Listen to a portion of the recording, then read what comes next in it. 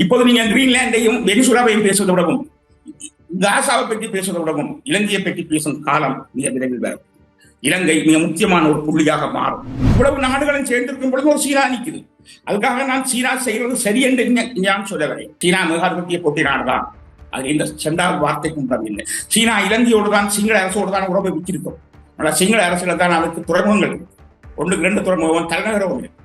எனவே எப்பொழுதும் சீனா தென்னிலங்கையில் சிங்களரோடு தான் நிற்கும். இலங்கையை இந்தியா கபலீகரம் செய்யாத வரைக்கும் சீனாவுக்கு பிரச்சனை கிடையாது. இலங்கை இந்தியாவுடைய அவருக்கு போயிட்டால் சீனாவுக்கு அதுவும் சவால் தான். ஆனால் சர்வதேச கடல் எல்லையை கட்டுப்பாடு இருக்கிறது. ஈரான் மீது ஒரு நேரடி யுத்தத்தை அமெரிக்கா தொடுத்தால் இந்த 53 கோடி மக்களுடைய எதிர்ப்பையும் அது சம்பாதிக்க முடியும். கப்பல் உருவின சூழலில் அந்த கடலுக்குள்ளார போகும். அந்த கடலுக்குள்ளார போனால் ஆர்டிக் கடலினுடைய பெரும் பகுதி கரையோர பகுதியை ரஷ்யா கொண்டிருக்கிறது. அதில் ஒரு பகுதி அமெரிக்காவுக்கும் பெறும். இங்கே உள்ள மிக முக்கியமான விஷயம் என்னென்றால் கடலுக்குள்ளார சீனா பிரயாணம் செய்யும் பொழுது 5000 கிலோமீட்டர் தொலைவு குறையும், சுருங்குது கடல்.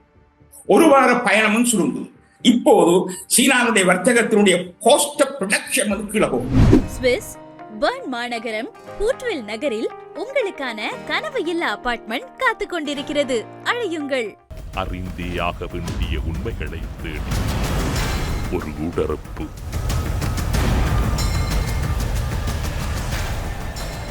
இன்றைய ஊடறுப்பு நிகழ்ச்சியில் நம்மோடு இணைந்திருக்கக்கூடியவர் தமிழ் தேசிய பரப்பில் எல்லோராலும் நன்கு அறியப்பட்ட அரசறிவியல் ஆசான் மு. திருநாவுக்கரசு அவர்கள். ஊடறுப்பு நிகழ்ச்சியின் சார்பில் உங்களை வரவேற்பதில் மகிழ்ச்சி. வணக்கம். வணக்கம். நீண்ட இடைவேளை, பல விடயங்களை உங்களிடமே தெரிந்து கொள்ள வேண்டும் என்கின்ற ஆர்வம் ஈழத்தமிழர்கள் மத்தியில் இருக்கின்ற போது உங்களுடைய பதில்கள் அதனை நோக்கியே இருக்க வேண்டும் என்று பலரும் பல ஆதங்கங்களை வெளிப்படுத்திக் கொண்டிருக்கின்றார்கள். சில விடயங்களை துல்லியமாக கணிக்கக்கூடியவர், சில விடயங்கள் மீது நிதானமான பார்வையை கொடுக்கக்கூடியவர் என்ற கருத்தும் உங்கள் மீது கூறப்படுகின்ற சூழ்நிலையில் இப்போது ஒரு மிகவும் ஒரு இக்கட்டான சூழ்நிலை அல்லது உலக அளவில் ஒரு போர் பதட்டம் நிலவிக் கொண்டிருக்கின்றது. இந்த போர் பதட்டத்தின் மத்தியில் உலகம் எப்படி பயணிக்கப் போகின்றது? ஒவ்வொரு வெள்ளிக்கிழமையும் கடக்கின்ற போது ஈரான் மீது அமெரிக்கா அல்லது இஸ்ரேல் தாக்குதல் நடத்தி விடாதா என்கின்ற அச்சம் ஒரு புறம் இருக்க, தாக்குதல் நடத்தி விடுவோம் என்ற ஒரு மிரட்டல் இன்னும் ஒரு புறம் இருக்க, இந்த உலக ஒழுங்கு சீர்குலைந்திருப்பதாக எல்லோரும் கூறுகிறார்கள். நீண்ட காலமாக ஜியோ பொலிட்டிக்ஸ் அல்லது உலக ஒழுங்கு தொடர்பில் பல்வேறுபட்ட கருத்துக்களை கூறக்கூடிய நீங்கள் இந்த விவகாரத்தில் எப்படி பார்க்கிறீர்கள்? இப்போது இந்த உலக ஒழுங்கில் ஒரு புதிய அத்தியாயம் தொடங்கி உள்ளது என்பது ஒரு அபிப்பிராயம். உலக ஒழுங்கு புதிய ஒழுங்கொன்று உருவாக இருக்கிறது என்பது இன்னொரு அபிப்பிராயம். இப்படி உலக ஒழுங்கு பற்றிய பல கருத்துக்கள் வருகின்றன. பலமைய உலக ஒழுங்கு தோன்றிவிட்டது என்பது இன்னொரு அபிப்பிராயம். இரட்டை மைய உலக அரசியல் தோன்றுகிறதா என்ற இன்னொரு அபிப்பிராயம். இப்படி பலது உண்டு. ஆனால் ஒன்றை மட்டும் திட்டவட்டமாக சொல்லுது, உலக ஒழுங்கு குலைந்திருக்கிறது, ஆனால் புதிய ஒழுங்கு உருவாகவில்லை. இதுதான் முதலாவது விடயம். இந்த உலக ஒழுங்குக்கு இப்ப குலைந்து கொண்டிருக்கும் இந்த உலக ஒழுங்குக்கு தலைமை தாங்குகின்ற நாடு அமெரிக்கா. அந்த அமெரிக்காவை பொறுத்தவரையில் தன் தலைமைத்துவத்தை இழக்கக்கூடாது என்பது அது அக்கறையாக உள்ளது. அதுதான் அது அமெரிக்கா ஃபர்ஸ்ட் என்கின்ற ஒரு கோட்பாட்டை முன்வைத்தது. உலகத்தில் அமெரிக்கா முதலாவது நாடு என்ற கோட்பாட்டை முன்வைத்தது. இங்குள்ள பிரச்சனை இதுதான். உலக ஒழுங்கு மாறுகிறது என்று சொல்லுகின்ற பொழுது அது ஒரு நாட்டினால், ஒரு தலைவரினால் ஒருபோதும் மாற்றப்பட்டது. அது ஒரு வெற்றி பெற்ற ஒரு பெருநாட்டினால், ஒரு யுத்தத்தில் பெருவெற்றி பெற்ற ஒரு நாட்டினால் அல்லது யுத்தத்தில் பெருவெற்றி பெற்ற ஒரு அணியினால் மாற்றப்பட முடியும். எனவே இப்பொழுது பெரு யுத்தம் ஒன்று வெளிப்படையாக ரத்தம் சிந்த யுத்தம் ஒன்று நிகழவில்லை. இந்த பின்னணியில் எந்த ஒரு நாடும் வெளிப்படையாக ரத்தம் சிந்த யுத்தத்தில் தோற்கடிக்கப்படவும் இல்லை. ஆனபடியினால் ஒரு அமெரிக்காவினால் உலக ஒழுங்கை மாற்றியமைக்க முடியாது. அமெரிக்காவுக்கு இருக்கின்ற கூட்டாளியான நேட்டோவோடு கூட அமெரிக்காவுக்கு பிரச்சனை. இந்த பின்னணியில் இந்த உலக ஒழுங்கு பற்றிய பிரச்சனையை மிகவும் தெளிவாக அரசியல் தத்துவார்த்த அடிப்படையில் பார்க்க வேண்டும். பலரும் வெறும் டெக்னிக்கலாக பார்க்கிறார். மேலெழுந்த வாரியான சில வெறும் புள்ளிவரங்கள் கூட பார்க்கிறார்கள். இல்லை, இதனை முற்றிலும் அரசியல் தத்துவார்த்த கண்ணோட்டத்தோடு பார்க்கவும். இன்று இந்த உலக ஒழுங்கு குலைந்திருக்கிறது என்று சொல்வதற்கு அச்சாணியாக 2 நாடுகள் தான் உள்ளன. முதலாவதாக இந்த அச்சாணியாக இருந்தது இந்த உலக ஒழுங்கில் இன்றைய அந்த உற்பத்தி முறையில் பெரும் மாற்றத்தை ஏற்படுத்தியது முதலாவது நாடு சீனாவாகும். இந்த உலகத்தில் எப்பொழுதுமே நான் ஒரு விடயத்தை கவனிக்க வேண்டும். இந்த பூமி எப்பொழுதுமே அல்லது இந்த பூமியில் உள்ள ஒவ்வொரு பொருட்களும் எப்பொழுதுமே இரண்டு அணிகளாகவே இருக்கும். ஒன்றாக ஒருபோதும் இருக்காது. இரண்டு அணிகள் இருக்கும். 1000 முரண்பாடுகள் இருந்தாலும் கூட ஒரு செயற்படு புள்ளியில் அந்த 1000 முரண்பாடுகளும் இரு அணிகளாகவே பிளவும், பிளரைஸ் பண்ணும், கூட்டி தீரும். எனவே எப்பொழுதும் 2 அணிகள் இருந்தே தீரும்.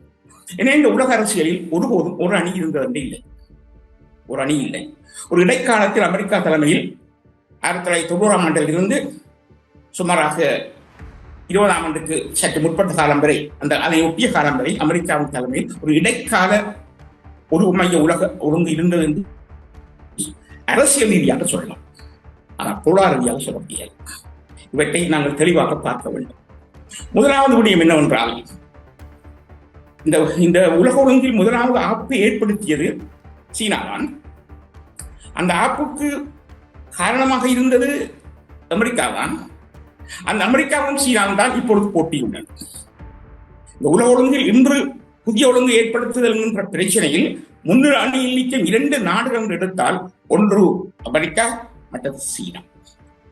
இந்த 2 நாடுகளுக்கிடையிலும் ஏற்பட்ட வர்த்தக பொருளாதார போட்டியின் விளைவுதான் 1980ஆம் ஆண்டு சீனாவில் மாடர்னைசேஷன் பாலிசி உருவாக்கப்பட்டது. இங்குதான் ஒரு பிரம்மாண்டமான மாற்றம் ஏற்படுகிறது. இன்றைய உலகில் நானும் நீங்கள் அனுபவிக்கின்ற இன்றைய தொழில்நுட்பங்களுக்கும் இன்றைய உலக அரசியலுக்கும் அதுதான் அடிப்படை காரணம்.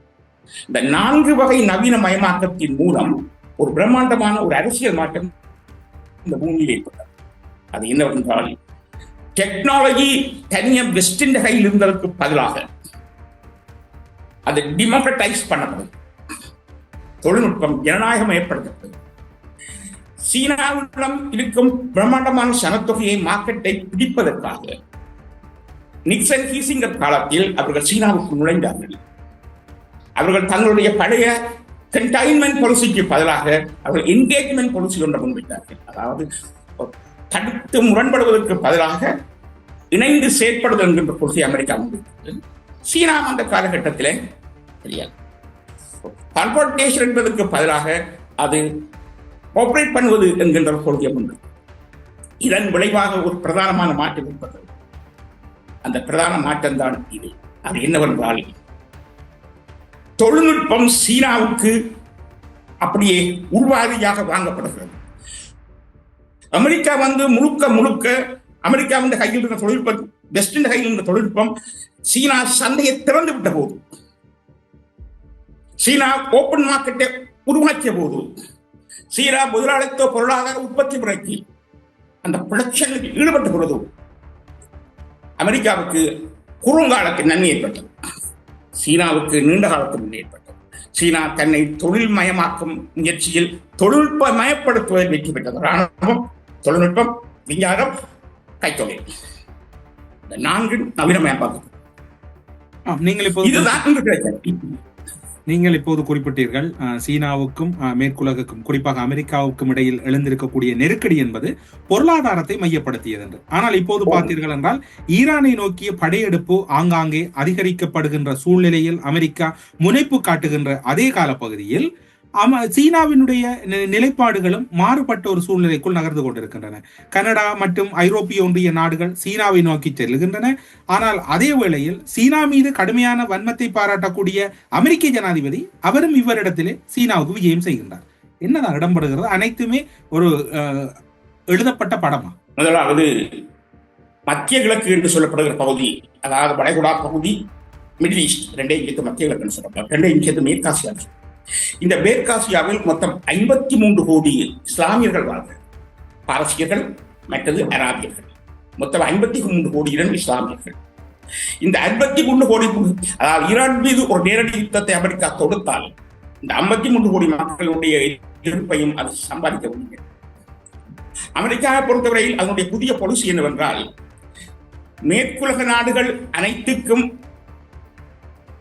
நடுவிலே இருக்கக்கூடிய, அதாவது கிழக்குக்கு மேற்கு நடுவே இருக்கக்கூடிய மிடில் ஈஸ்டை, அதனுடைய புதிய முக்கியத்துவத்தை யுத்தத்தினால் நேரடி யுத்தத்தினால் தணிப்பதை விட டீஸ்டாபிலைசேஷன் வார் என்று சொல்லப்படுகின்ற, அதாவது நிலைமைகளை ஸ்திரத்தன்மைகளை குறைக்கின்ற ஒரு யுத்தத்தை நடத்துவதுதான் ஈரானுக்கு எதிரான யுத்தத்திலும் அது அமெரிக்காவினுடைய பாலிசி தொடர்ந்து ஈடுபடுகிறது.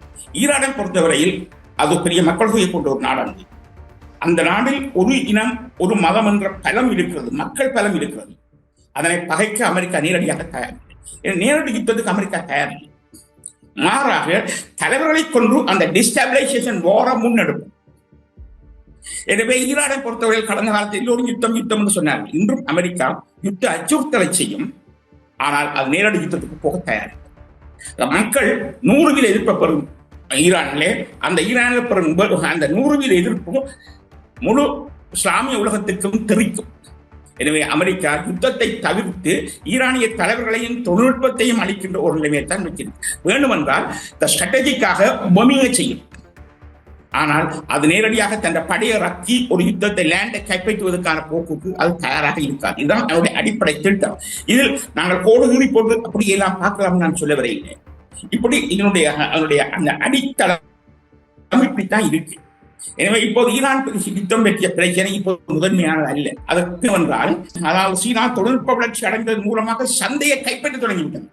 இங்கே நாங்கள் 2 கோட்பாட்டு உடைகளை புரிந்து கொள்ள வேண்டும். சீனா ஒரு பாலிசியை வைத்திருக்கிறது. 80ஆம் ஆண்டு டென்ஷோவின் காலத்திலே பீஸ் ஃபார் டெவலப்மெண்ட், அபிவிருத்திக்கான சமாதானம், இதை சீனா இப்போது தெளிவாக பின்பற்றுகிறது. இந்த சமாதானம், அதாவது உற்பத்திக்கான சமாதானத்துக்கு உள்ளாலே சீனா உலக சந்தை வேகமாக பிடிச்சிட்டு உற்பத்தி அதிகரிச்சிட்டு, இந்த உற்பத்தி அதிகரித்த உடனே, அதாவது இன்று எல்லோரும் பிழையாக இந்த மார்க்சிஸ்டுகள் கம்யூனிஸ்டுகள் என்று சொல்லப்படுகிற பிழையாக எல்லாவற்றையும் அசஸ் பண்ணுகிறார்கள். இங்க பிரச்சனை என்றால் வர்க்கம் பற்றிய சரியான விளக்கம் இவரிடம் இல்லை, பிழையான கண்ணோட்டம் இருக்கிறது. ஒரு வர்க்கத்துக்கு இடையிலேயே காம்படிஷன் இருக்கு. நாங்கள் எப்பொழுதும் 2 வர்க்கத்துக்கு உள்ள போட்டியை பார்க்கிறோம். முதலாளி வர்க்கம், தொழிலாளி வர்க்கம் இல்லை. முதலாம் உலக யுத்தமும் 2ஆம் உலக யுத்தமும் ஏகாதிபத்திய அரசுகளுக்கு இடையான யுத்தம் தான். அதாவது ஏகபோக உற்பத்தியில் ஈடுபட்ட கம்பெனிகளுடைய யுத்தம் தான். எனவே ஒரு வர்க்கத்துக்குள்ளேயே அந்த முரண்பாடு ஏற்படுது. அதாவது ஏகபோக சந்தைப்பிடி போட்டியில் ஈடுபடுவது முதலாளித்துவம் தான், அது தொழிலாளித்துவம் இல்லை. எனவே முதலாளிகள் சந்தைப்பிடி போட்டியில் ஈடுபடுவது என்பது ஒரு வர்க்கத்துக்குள் நிகழ்கிறது. இந்த ஒரு வர்க்கத்துக்குள் யுத்தமும் நிகழும். இந்த பின்னணி, இந்த அடிப்படை கோட்பாட்டு உடையத்தை நாம் சரியாக புரிந்து கொள்ள வேண்டும். இப்போது இதான் ஏற்படுகிறது. ஒரு வர்க்கத்துக்குள் அவர்களுக்கிடையிலே காம்படிஷன் பெரிதாக டெவலப்மெண்ட், அதாவது ப்ரொடக்ஷன், அதாவது உற்பத்தி சக்தி அதிகரிச்சிட்டது. தொழில்நுட்பம் ஜனநாயகப்படுத்தப்பட்டதும், தொழில்நுட்பம் ஜனநாயகப்படுத்தப்பட்டதும் சின்ன விஷயம் இல்லை. சீனா 4 வகை நவீனமயமாக்கத்தை செய்தவுடனே ரஷ்யா, சோவியத் யூனியன் திகப்படங்கி அது பெரஸ்ட்ரோய்க்காக போய் தானும் ஓப்பன் மார்க்கெட்டுக்கு போக தயாராகிச்சு. தானும் தொழில்நுட்பத்தை பெஸ்டிடமிருந்து பெற தயாராகி, அதாவது கர்பச்சி எழுதின பெரஸ்ட்ரோய்க்கான நூலே பெஸ்டிடம் இருந்து அதனுடைய உற்பத்திக்கான தொழில்நுட்பத்தை பெறுவதென்ற அந்த கலாச்சாரம் பற்றிய விடயம் பிரதானமாக இருக்கு. அதை உடன் கவனிப்பதில்லை. அதே போல இந்தியா என்ன செய்தது? கொலாபரேஷன் எக்கனாமிக்கு போச்சு. மேற்கனுடைய கொலாபரேட் பண்ணி தன்னுடைய தொழில்நுட்பத்தை வளர்க்க வேண்டும். அப்ப இப்போது சீனா மேற்குலகத்தோட திறந்து விட்டது சந்தையை, தொழில்நுட்பம் வளர்ந்தது. இந்தியா கொலாபரேட் பண்ண போய் தொழில்நுட்பம் வளர்ந்தது. ரஷ்யா அதே மாதிரி வளர்ந்தது. இந்த தொழில்நுட்பம் வளர்ந்த உடனே உற்பத்தி சக்தி அதிகரிச்சு உற்பத்தி அதிகரிக்குது. இந்த உற்பத்தி அதிகரிக்க, இந்த உற்பத்திக்கு பெரும் பங்கை வகிப்பது சீனா. சீனாவுடைய உற்பத்தி பொருட்கள் சந்தையில் மிக மலிவான விலையில் கிடைக்கின்றன.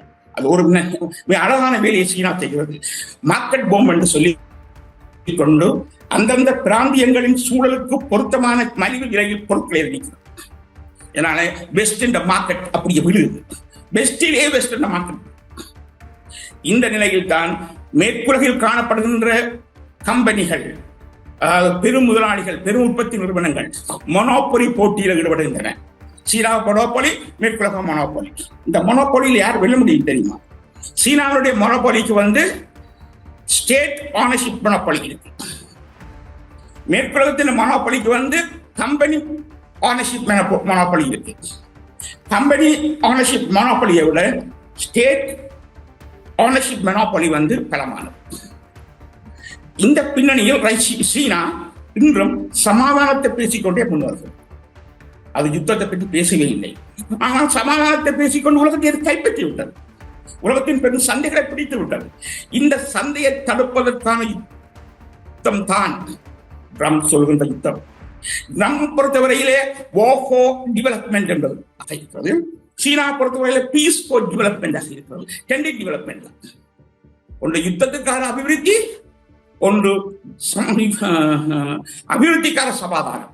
சமாதானமும் அபிவிருத்தியை பற்றி பேசுது, யுத்தமும் அபிவிருத்தியை பற்றி பேசுது. இந்த இடத்தில் தான் இப்பொழுது அரசியல் பிரச்சனை ஏற்பட்டது. இந்த பிரச்சனை இலக்காக தீர்க்கப்படக்கூடியதல்ல. இப்போது உலக ஒழுங்கு மாறியிருக்கிறது நிச்சயமாக இல்லை. உலக ஒழுங்கு குலைந்து விட்டது என்பதுதான் நிச்சயமானது. இந்த குலைந்திருக்கின்ற உலக ஒழுங்கை கட்டி எழுப்புகின்ற பணி மிக பிரதானமானது.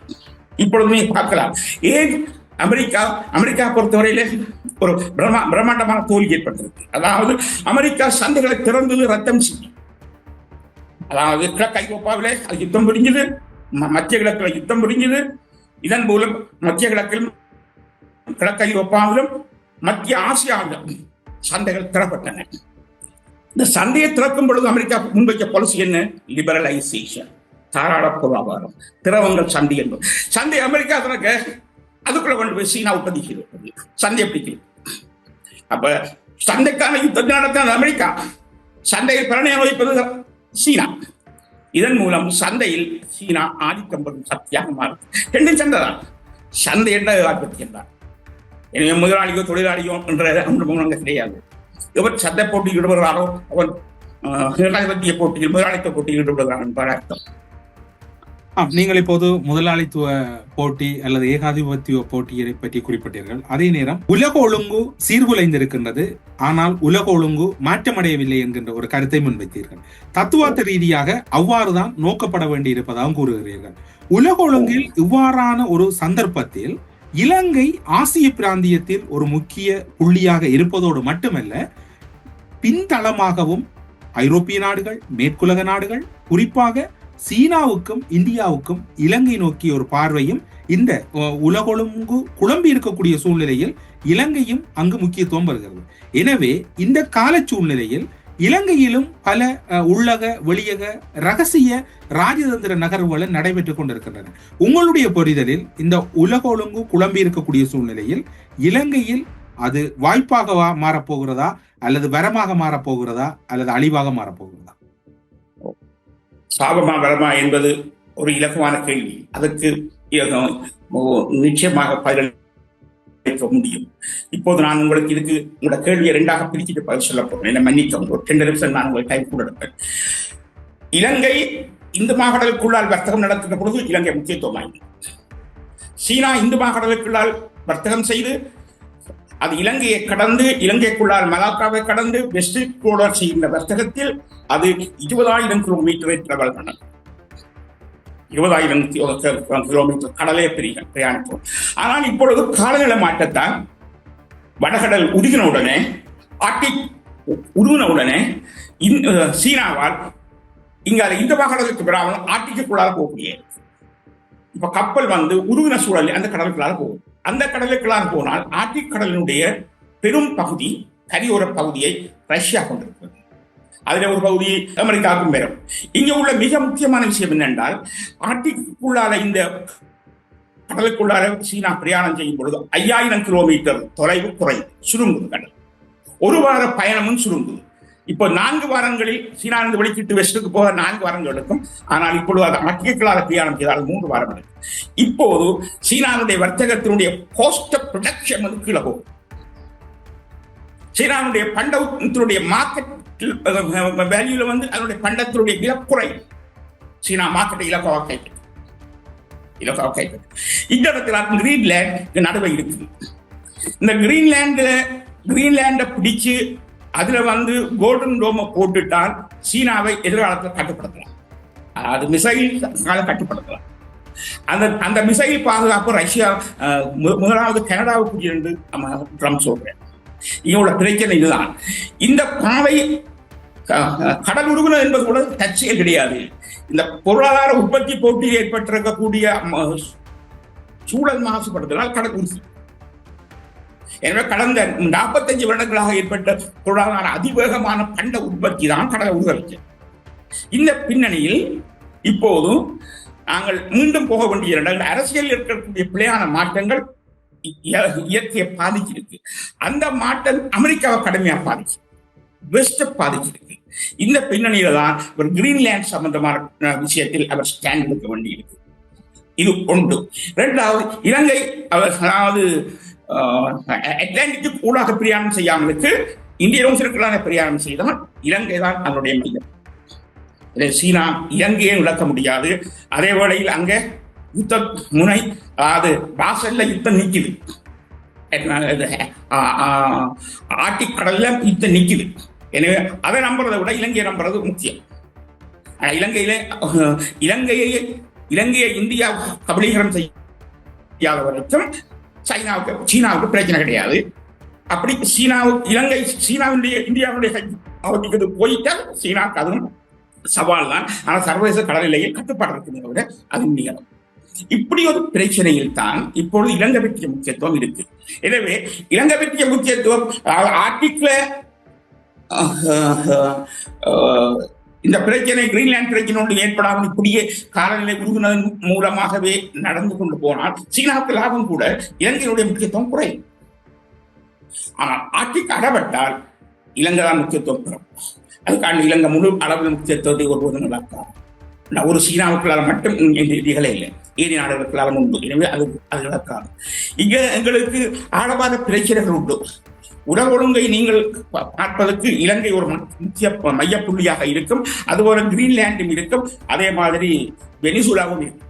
வெனிசுலா தென் அமெரிக்க பிரதேசங்களை சம்பந்தமான வகையில் அதுக்கு ஒரு முக்கியத்துவம் இருக்கு, மூலப்பொருள் முக்கியத்துவம் இருக்கு.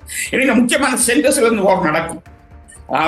காசாவோர், அங்காலே வெனிசுலா, காசாவோர் மத்திய கிழக்குக்கும் மேற்குக்கும் நடுவில் இருக்கிறது.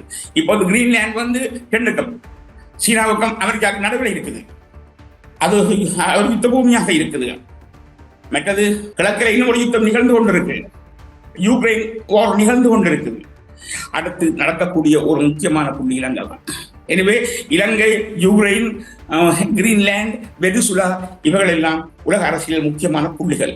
இந்த முக்கியமான புள்ளிகளை யார் கட்டுப்படுத்த போறார்கள் என்கின்ற ஒரு கேள்வி இருக்கிறது. இதற்கு முன் இந்த உலக ஒழுங்கை ஒரு ஒழுங்கு கொண்டு வர நினைக்கிறார்கள். அது இலங்கை நடக்கக்கூடிய காரியம் இல்லை. ஏனென்றால் சீனா அதிவேகமாக பலமடைந்து விட்டது. கண்டபடி சீனாவை கவுண்டர் பண்ண முடியாது. அதாவது இவ்வளவு நாடுகளும் சேர்ந்திருக்கும் பொழுது ஒரு சீனா நிற்குது. அதுக்காக நான் சீனா செய்வது சரி என்று நான் சொல்லவில்லை. சீனா மேகாதிபத்திய போட்டி நாடுதான், அது இந்த சென்றால் வார்த்தைக்கும் இல்லை. சீனா இலங்கையோடு தான், சிங்கள அரசோடு தான் உறவை வச்சிருக்கும். ஆனால் சிங்கள அரசுல தான் அதுக்கு துறைமுகங்கள் இருக்கு. 1-2 துறைமுகம், தலைநகரம் இருக்கு. எனவே எப்பொழுதும் சீனா தென்னிலங்கையில் சிங்களோடு தான் நிற்கும், மகாசங்கத்தோடு நிற்கும். அங்கு அதுக்கு கலாச்சார ரீதியாக பௌத்தத்தோடு தொடர்பு இருக்கு. எனவே சீனா எப்பொழுதுமே இலங்கையை தனது ஜியோகிராபிக்கலா அண்ட நாடு உனக்கு எதிரி, அண்ட நாடு உனக்கு நண்பன். அதாவது இந்த அரசியல் கோட்பாட்டின்படியும் சீனா இந்தியாவுக்கு அண்ட நாடு எதிரி, இந்தியாவுடைய அண்ட நாடு இலங்கை சீனாவின் நண்பன். இந்த பின்னணியிலே சீன இலங்கை உறவு கண்டிப்பாக வளர்ச்சி அடையும். இப்போது நாங்கள் பார்க்கிறோம், இந்த உடனடியாக சீனா சம்பந்தமாக அமெரிக்காவுக்கு ஏற்பட்டிருக்கக்கூடிய பிரச்சனை தான் பார்க்கிறோம். ஆனால் இது சிறிது காலத்தில் அது இலங்கை தான் அது முக்கியத்துவத்தை பெறும். இப்போது நீங்க கிரீன்லேண்டையும் வெனிசுலாவையும் பேசுவதை விடவும், காசாவை பற்றி பேசுவதை விடவும் இலங்கையை பற்றி பேசும் காலம் மிக விரைவில் வரும். இலங்கை மிக முக்கியமான ஒரு புள்ளியாக மாறும். இன்றைய ஊடறுப்பு நிகழ்ச்சியில் கலந்து கொண்டு ஒரு நடுநிலையான கருத்துக்களை முன்வைத்தமைக்காக ஊடறுப்பு நிகழ்ச்சியின் சார்பில் நன்றிகளோடு விடைபெற்றுக் கொள்கிறோம். நன்றி, வணக்கம். நன்றி, வணக்கம். நேயர்களுக்கும் வணக்கம்.